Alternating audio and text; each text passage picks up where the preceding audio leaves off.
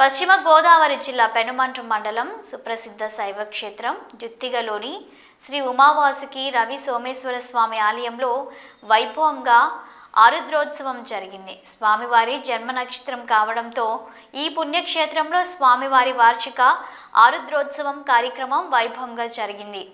ఆరుద్రోత్సవాన్ని పురస్కరించుకొని ఆలయ అర్చకులు రామకృష్ణ శర్మ, రాలి వాసు శర్మ ఆధ్వర్యంలో వాసుకి రవి సోమేశ్వర స్వామికి ఏకాదశ రుద్రాభిషేకం, సువర్ణ జలాభిషేకం నిర్వహించారు. అనంతరం స్వామివారికి అన్నాభిషేకం, విశేష పూజలు చేశారు.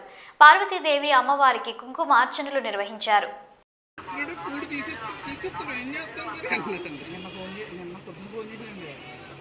డబ్బులు ఎక్కువ అడుగుతున్నారనేసి తీసుకోలేదని అన్నారంటే బయట అన్నారు. నేను డబ్బులు ఇచ్చినట్టు నీకు ఎవరికీ తెలీదు. మా ముగ్గురు మాత్రం ఇస్తున్నాను. ఆ మూడు కూడా ఏంటంటే ముందు ఇలా చేశారు. ఎలక్ట్రానిక్ మీడియా వాళ్ళు 3 వేలు తెచ్చినారు, 2 వేలు పక్కన ఎత్తుకున్నాను. వీళ్ళు డబ్బులు